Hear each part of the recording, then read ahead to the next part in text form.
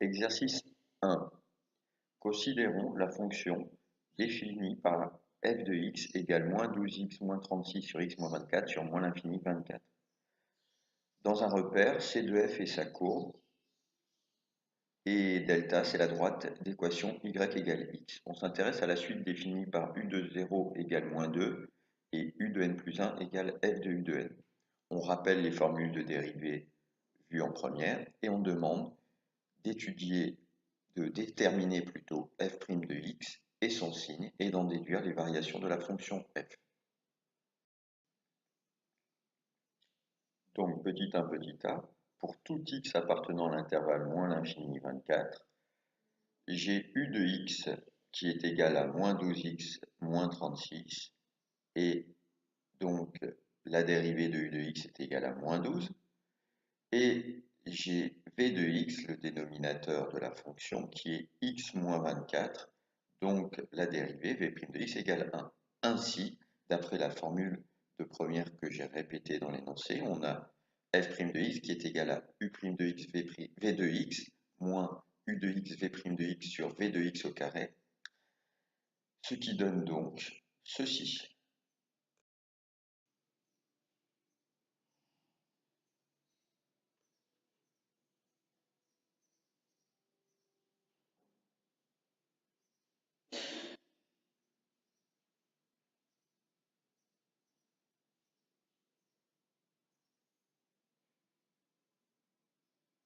On obtient donc f' de x égale 324 sur x moins 24 au carré, le quotient de deux nombres positifs. Je ne vais surtout pas développer le dénominateur puisque le dénominateur est clairement positif. Ainsi, f' de x est strictement positif quel que soit x appartenant à moins l'infini 24 et donc on en déduit que f est strictement croissante sur cet intervalle.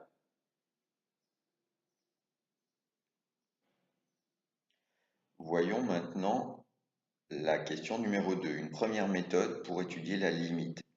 Donc on va construire sur l'axe des abscisses, graphiquement, comme on l'a déjà fait plusieurs fois en classe, les premiers termes de la suite. Donc j'ai déjà u de 0 égale moins 2, et pas 2 comme certains l'ont fait malheureusement.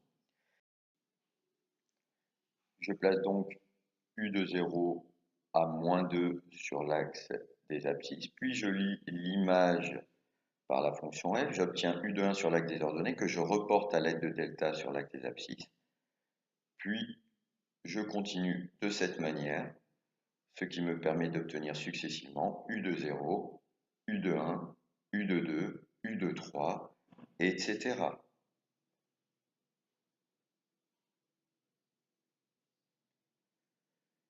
Je peux donc écrire, et ça il faut le faire pour ne pas que le correcteur oublie de corriger cette question, écrire petit a, voir sur le graphique. Petit b, on me demande les conjectures que je peux émettre quant à la suite u de n. Donc d'après ce que j'observe, il semble que cette suite soit croissante, majorée par 6 semble-t-il, et aussi convergente vers 6.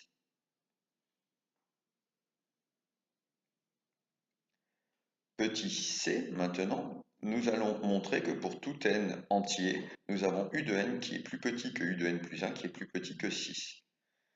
Ceci va se démontrer par récurrence. J'explicite clairement la propriété P de n. P de n, deux points, u de n plus petit que u de n plus 1 plus petit que 6 pour tout n appartenant à n. C'est donc une propriété qui est vraie ou pas. Je vais tenter de démontrer que cette propriété est toujours vraie. Je commence par initialiser. Si n égale 0, u de 2 égale moins 2 d'après l'énoncé, u de 0 plus 1, c'est-à-dire u de 1 égale u de 0, que je vais calculer à l'aide de la fonction f, c'est donc moins 12 fois u de 0, c'est-à-dire moins 2, moins 36, sur u de 0, donc moins 2, moins 24. Nous obtenons ainsi u de 1 est environ égal à 0,46. On a donc bien u de 0 qui est inférieur ou égal à u de 1 qui est inférieur ou égal à 6. Donc la propriété est vraie au rang 0. P de 0 est vrai. Passons maintenant à l'hérédité.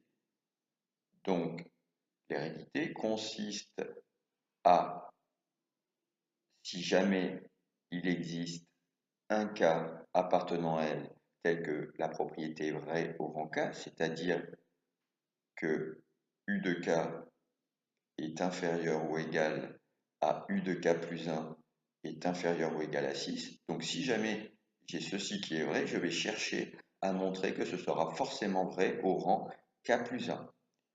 Pour ceci, je vais simplement utiliser ce que j'ai fait avant, c'est-à-dire les variations de la fonction f. Si je compose, si j'applique à l'inégalité qui est l'hypothèse de récurrence, la fonction f, l'ordre n'est pas changé car f est croissante sur moins l'infini 24 et cela me donne tout simplement u de k plus 1 est inférieur ou égal à u de k plus 2 est inférieur ou égal à 6 car on vérifie facilement que l'image de 6 par la fonction f est 6. Du coup, p de k plus 1 est vrai et du coup c'est terminé. Il ne me reste plus malgré tout qu'à bien rédiger comme certains parfois ne le font pas.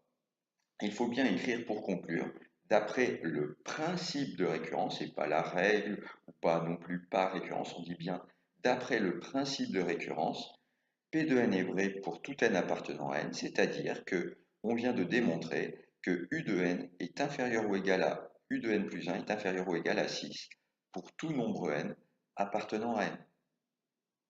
Voyons la dernière question. Nous allons maintenant démontrer que la suite U de n converge et déterminer rigoureusement sa limite, comme on l'a déjà fait en classe. On vient donc de voir que pour tout n appartenant à n, U de n est plus petit que U de n plus 1. Ceci prouve que la suite U de n est croissante. Et on a vu aussi que U de n est toujours plus petit que 6. Donc U de n est majoré par 6. Du coup, d'après le théorème des suites croissantes et majorées, on peut affirmer que la suite converge, mais on ne peut pas dire vers quel nombre. On peut juste dire qu'elle converge vers une limite grand L, qui est un nombre réel, et on peut dire que L est inférieur ou égal à 6, le majorant. Mais on sait, pour trouver la limite, qu'on a une formule de récurrence, c'est-à-dire que U de n plus 1 égale f de U de n pour tout n appartenant à n. Si on calcule donc la limite de U de n plus 1, on a évidemment L, mais on a aussi limite de U de n plus 1 est égale à limite de f de U de n, c'est-à-dire moins 12L moins 36 sur L moins 24. Mais comme il n'y a qu'une limite par unicité de la limite, donc nous allons avoir égalité de ces deux limites pour U de n plus 1, c'est-à-dire moins 12L moins 36 sur L moins 24 égale L. En multipliant les deux membres par L moins 24, j'obtiens tout simplement une équation du second degré. Je pourrais tout simplement calculer delta, mais je suis plus malin. Je vais voir qu'ici je peux factoriser à l'aide d'une identité remarquable, ce qui me donne L égale 6 très rapidement. Donc la limite de U de n est 6. Voyons la question numéro 3, qui va présenter une autre méthode pour trouver la limite. Pour cela, on s'intéresse à la suite intermédiaire W de n égale 1 sur U de n moins 6. Montrons que W de n est une suite arithmétique. Cette question a posé énormément de difficultés. Il faut, pour montrer qu'une suite est arithmétique, expliciter W de n plus 1 moins W de n et montrer que cela ne dépend pas de n. Donc pour cela, je vais déjà soigneusement calculer W de n plus 1. Donc d'après l'énoncé de cette question 3, ceci est égal à 1 sur U de n plus 1 moins 6. Et d'après le début de l'énoncé, le tout début de l'exercice, U de n plus 1 est égal à moins 12 U de n moins 36 sur U de n moins 24. J'obtiens donc ceci. Je vais maintenant multiplier le 6 par U de n moins 24 et diviser par U de n moins 24 dans l'objectif de réduire au même dénominateur. Et je vais conclure en utilisant le fait que de diviser par un quotient revient à multiplier par son inverse.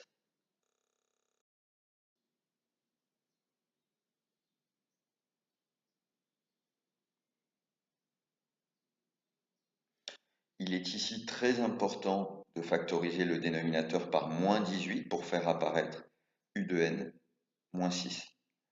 Du coup, U de n, W de n plus 1 moins W de n est égal à ce que je viens de calculer, c'est-à-dire U de n moins 24 sur moins 18 U de n moins 6, moins U de n qui est égal à 1 sur U de n moins 6. Je multiplie numérateur et dénominateur par moins 18 pour réduire au même dénominateur.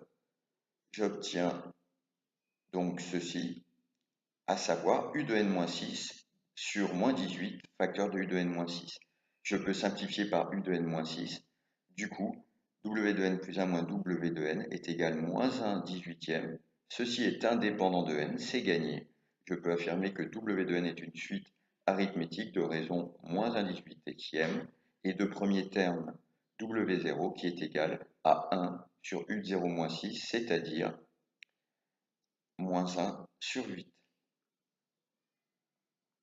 Je vais donc pouvoir répondre à la question petit b, c'est-à-dire donner l'expression de W de n puis celle de U de n, et puis petit c, donner la limite de la fonction U de n.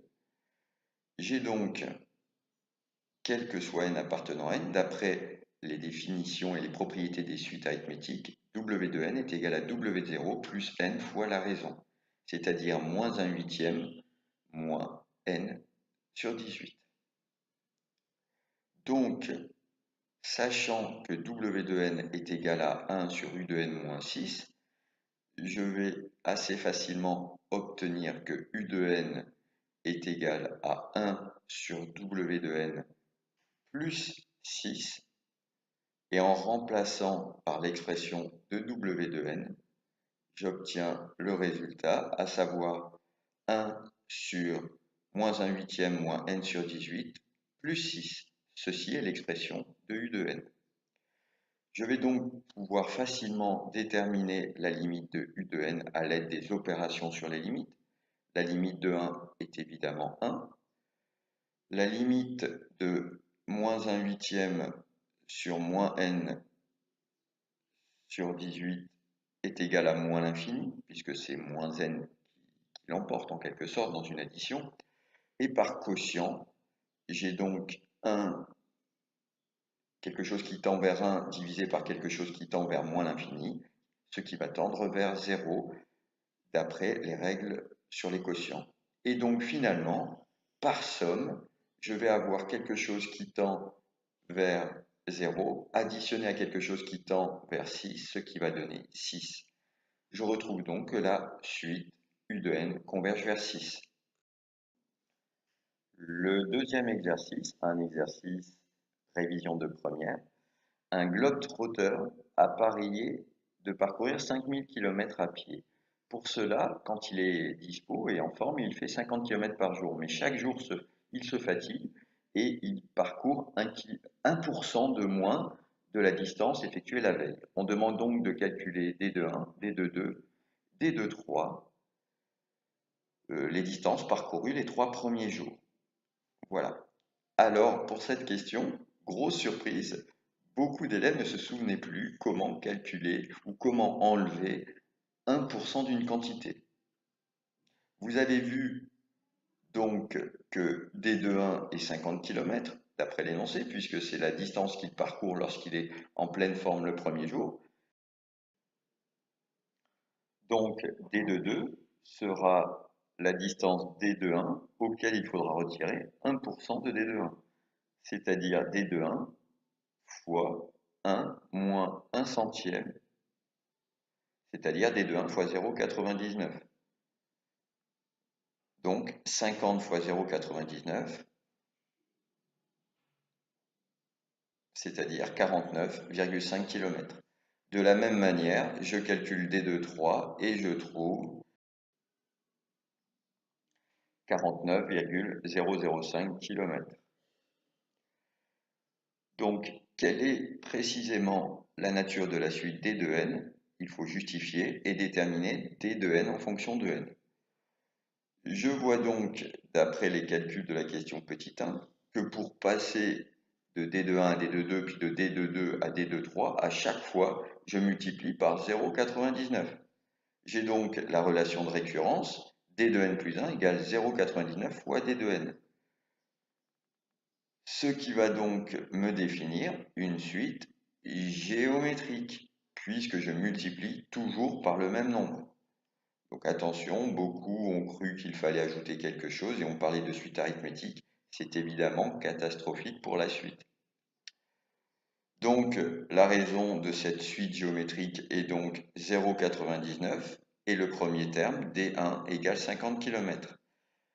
D'après les propriétés des suites géométriques, je vais donc avoir pour tout n appartenant à l'ensemble des entiers, d de n est égal à d de 1 fois q élevé à la puissance n-1. Ce qui va donc donner 50 fois 0,99 à la puissance n-1. Troisième question, toujours. Déterminons cette fois l'expression de L de n qui serait la somme de tous les D2, de tous les D de n, de toutes les distances. Donc, d'après le cours, la somme des termes consécutifs d'une suite géométrique est donnée par la formule premier terme, ici D de 1, fois 1 moins la raison à la puissance égale au nombre de termes, ici il y a n termes, divisé par 1 moins la raison, ce qui donne donc 50 fois 1 moins 0,99 puissance n sur 1 moins 0,99. Ce qui donne 50 divisé par 0,01, puisque 1 moins 0,99 donne 0,01, fois 1 moins 0,99 puissance n. Et en calculant 50 sur 0,01, j'obtiens 5000 fois 1 moins 0,99 puissance n.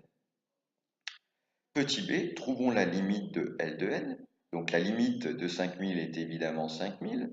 La limite maintenant de 1 moins 0,99 puissance n est assez facilement par somme égale à 1, puisque la limite de 0,99 puissance n est égale à 0, étant donné que 0,99 est compris entre moins 1 et 1. J'obtiens donc par produit la limite lorsque n tend vers plus l'infini de L de n égale à 5000.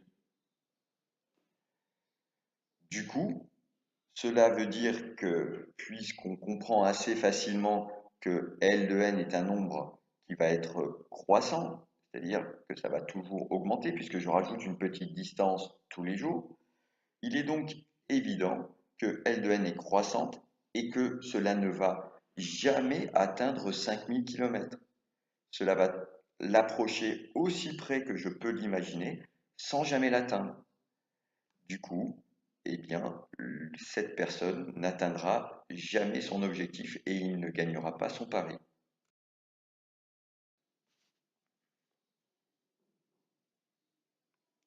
Il reste à répondre à la dernière question, à savoir, à l'aide de la calculatrice, de trouver à partir de quel jour il va dépasser 4999 km. Comme la suite est définie explicitement, je vais programmer sur ma calculatrice cette suite comme une fonction. Voilà. Puis, je vais régler mon tableur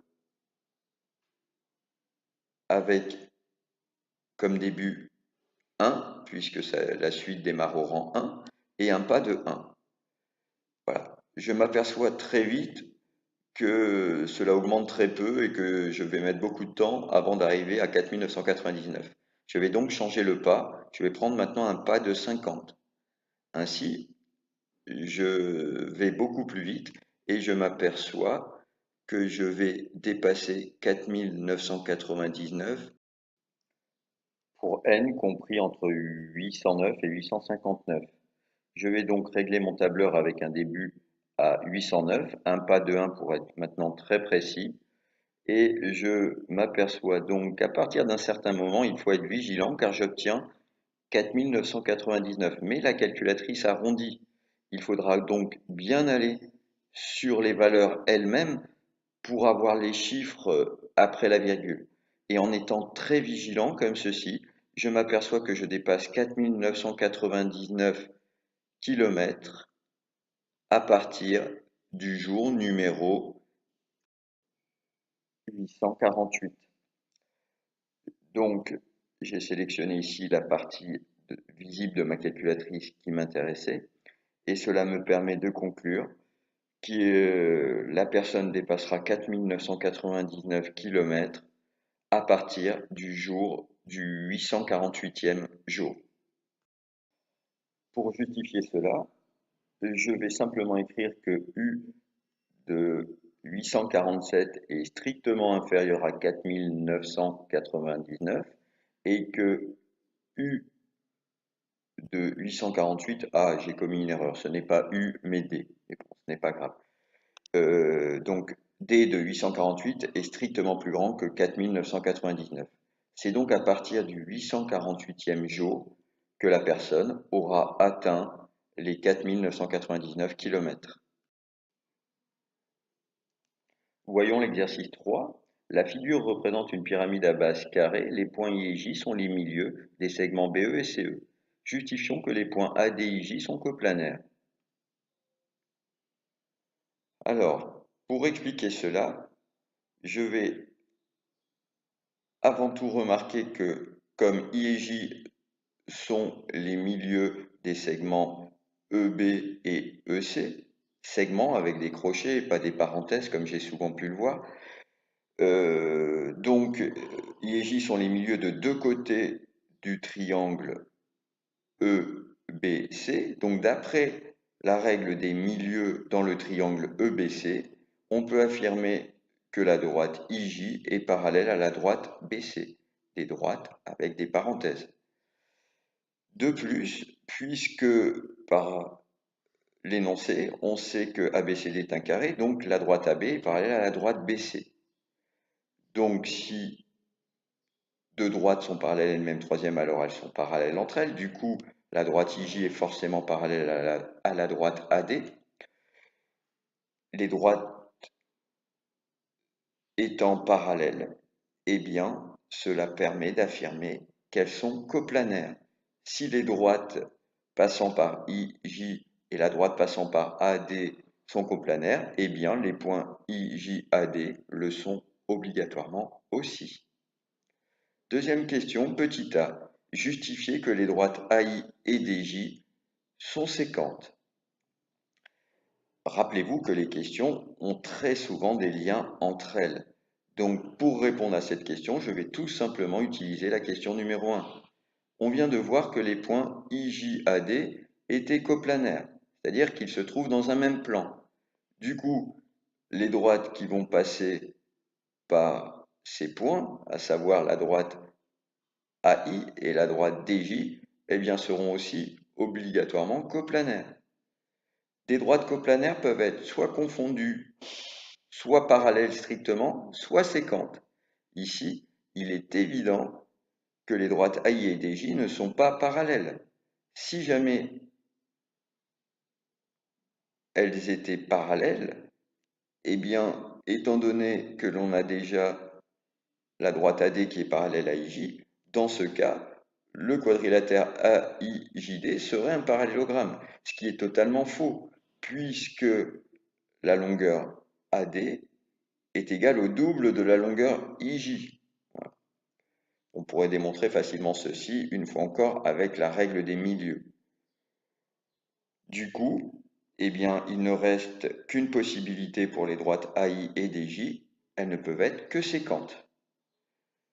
J'écris bien de voir le dessin pour la construction du point d'intersection, du point M. N'oubliez pas d'écrire ceci sur votre copie pour ne pas que le correcteur oublie de corriger cela. Je trace donc la droite AI en premier, puis ensuite la droite DJ. Je n'oublie pas de faire des pointillés entre D et J, puisque cette partie est cachée, est à l'intérieur de la pyramide. Ces deux droites, je viens de prouver qu'elles se coupaient, et leur point d'intersection s'appelle M. Troisième question. En déduire la droite d'intersection des plans ABE et CDE est tracée là en vert sur le dessin. Première remarque importante que certains n'ont pas prise en compte, c'est écrit en déduire. Cela veut dire qu'il faut expliquer et que pour expliquer, je vais utiliser ce qui a été fait avant. Donc ici, avant, qu'est-ce que je viens de voir? Je viens de voir que M est l'intersection, eh bien, de la droite AI qui, elle, est incluse dans le plan ABE et de la droite DJ qui, elle, est incluse dans le plan EDC. CDE, c'est la même chose. De fait, M appartient à l'intersection des deux plans.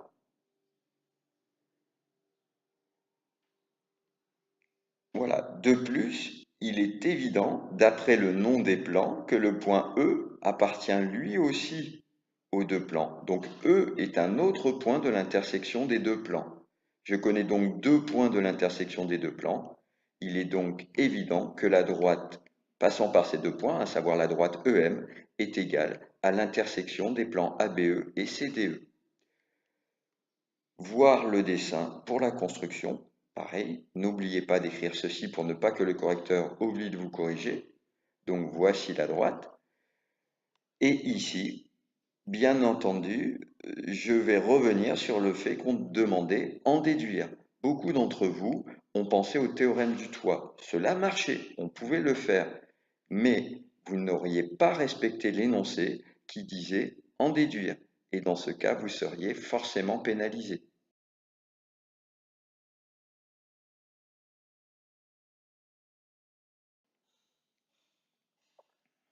Considérons dans l'exercice 4 un cube ABCDEFG et trois points hygiène appartenant aux arêtes EH, AG et AE et P le plan hygiène. On veut tracer sans justifier le plan P qui passe par J et parallèle au plan EHD. Ici, je triche un peu, je vais tracer les droites parallèles en utilisant les propriétés de mon ordinateur. Il faudrait bien le faire à l'aide du compas. Donc, je vais obtenir forcément un plan avec des sections sur les faces du cube qui seront parallèles à celles du plan AED d'après les règles d'incidence. Je vais maintenant tracer la droite delta, intersection de P et P' et justifier. Alors, je pense à mettre effectivement petit a, voire dessin, pour ne pas que le correcteur oublie de me compter la question petit a. Et maintenant, donc, j'observe qu'il est évident que J appartient à la fois au plan P, qui est le plan hygiène, et à la fois au plan P', qui est le plan que je viens de tracer. De plus, le plan P', que je viens de tracer, est parallèle au plan HEA, qui est une face du cube. Donc, d'après la règle d'incidence, et étant donné que le plan HEA inter le plan P est égal de manière assez évidente à la droite IN, je peux conclure que l'intersection de P, c'est-à-dire IJN, et de P' que je viens de tracer, est la droite parallèle à cette droite IN qui va passer par J. Voilà, je n'oublie pas d'écrire pour le correcteur, de regarder le dessin pour voir cette construction.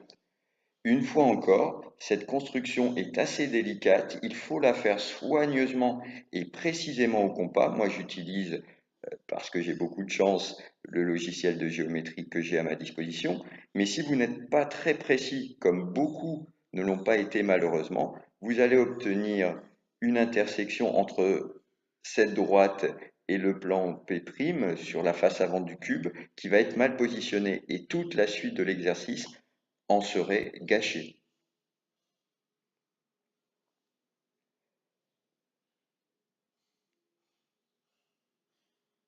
Question maintenant petit c. Plaçons le point N', intersection de la droite delta avec le plan EFB. J'avais demandé ici de ne pas justifier. Donc, le point N' sera tout simplement l'intersection de la droite verticale du plan P' et de la droite delta que je positionne ici sur le dessin. N'oubliez pas de mentionner voir dessin pour le correcteur. petit d, en déduire la position du point M, intersection du plan P avec la droite AB, et justifier.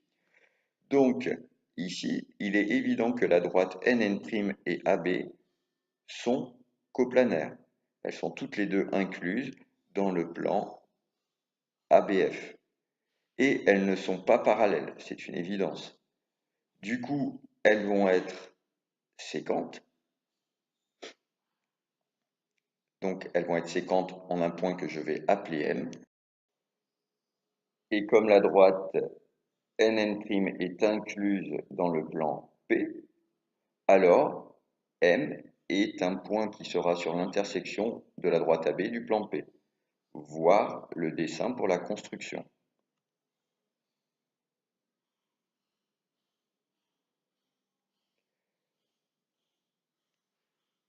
Passons à la deuxième question. Placez le point L, intersection de la droite BC et du plan P, et justifiez.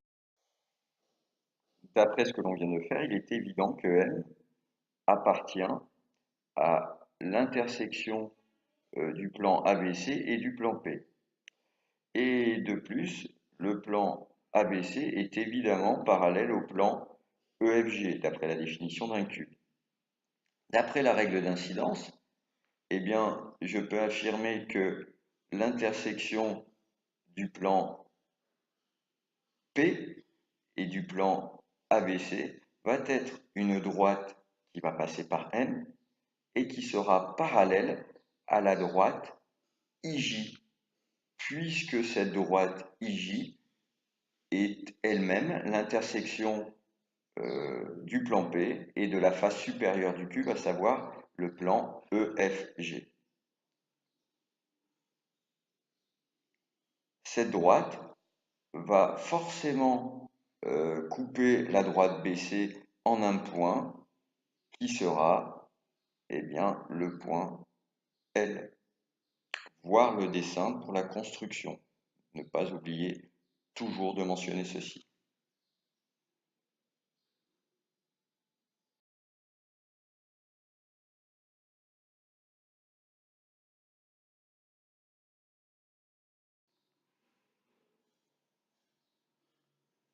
Troisième question, on demande cette fois sans justifier de placer le point K, intersection de la droite CG avec le plan P.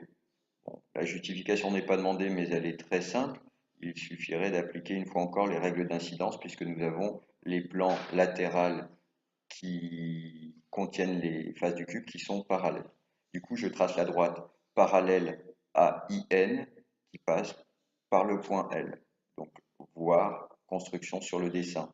Et le point K est l'intersection de cette droite avec la droite CG. Je vais terminer la construction de la section du plan P avec les faces du cube que je vais ici réaliser en vert en prenant bien soin de faire des pointillés là où les arêtes sont cachées. Voici le dernier exercice qui sera un exercice bonus. Du coup, première question, on demande d'exprimer S de n qui est la somme des termes U de n de la suite, c'est-à-dire U de 0 plus U de 1 plus U de 2, etc. plus U de n. Je vais donc écrire ça soigneusement en utilisant l'énoncé. Donc je remplace pour U de 0 n par 0, ce qui donne 2 fois 2 tiers puissance 0 plus 0. Pour U de 1, je remplace n par 1, 2 fois 2 tiers puissance 1 plus 1, etc. jusqu'à n. Je vais factoriser tous les termes factorisables par 2, à savoir 2 facteurs de 2 tiers puissance 0, 2 tiers puissance 1, plus 2 tiers puissance 2, etc., 2 tiers puissance n. Et je n'oublie pas, attention, cette partie a été très souvent oubliée, 0, plus 1, plus 2, etc., plus n. Je reconnais dans la première partie la somme du type q puissance 0 plus q puissance 1 plus, etc., q puissance n. Donc d'après le cours, c'est 2 fois 1 moins 2 tiers puissance n plus 1. N plus 1 la puissance car il y a n plus 1 terme en comptant le 0 sur 1 moins 2 tiers. Puis je reconnais dans la deuxième partie la somme des n plus 1 premiers termes d'une suite géométrique qui commencerait à 0 avec une raison de 1. Donc je fais premier terme plus dernier terme, à savoir 0 plus n, fois le nombre de termes, n plus 1 divisé par 2. Donc, je vais chercher à simplifier tout ceci, à écrire le plus simplement possible le tout. Premièrement, je remarque que diviser par 1 tiers revient à multiplier par 3, ce qui va donner 2 fois 3, à savoir 6, facteur de 1 moins 2 tiers puissance n plus 1, plus n, facteur de n plus 1 sur 2. Passons à la deuxième question. Il faut calculer t de n, qui est s de n divisé par n carré. Ce qui va donc donner, d'après la question précédente, ceci.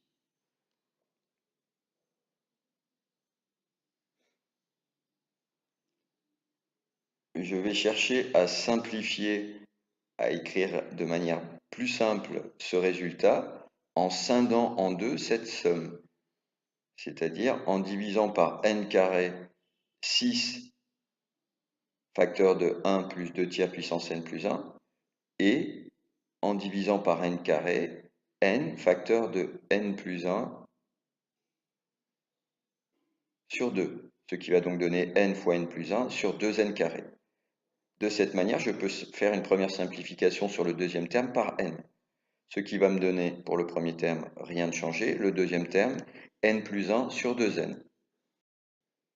Je vais encore modifier l'écriture du deuxième terme, n plus 1 sur 2n, tout simplement en scindant encore ce quotient en deux quotients, à savoir n sur 2n, ce qui donne 1 demi, et 1 sur 2n. Voilà, l'expression de t de n ainsi écrite, je vais pouvoir facilement déterminer sa limite. Je peux assez facilement dire que la limite de 6 facteur de 1 plus 2 tiers à la puissance n plus 1 est 6 par somme et par produit, et surtout en justifiant que la limite de 2 tiers puissance n plus 1 est égale à 0, d'après le cours, puisque la raison 2 tiers est comprise entre moins 1 et 1. Et comme la limite lorsque n tend vers plus l'infini de n au carré est égale à plus l'infini, par quotient, j'obtiens donc quelque chose qui tend vers 6, divisé par quelque chose qui tend vers n au carré, ce qui va donner 0. Attention, dans mon écriture, j'ai oublié de diviser 6 facteur de 1 plus 2 tiers n plus 1 par n au carré. Je vous laisse rectifier. De plus, il est assez évident aussi que la limite de 1 demi plus 1 sur 2n est égale à 1 demi en sommant, puisque la limite de 1 sur 2n égale 0. Finalement, en sommant, j'obtiens que la limite de t de n est égale à 1 demi.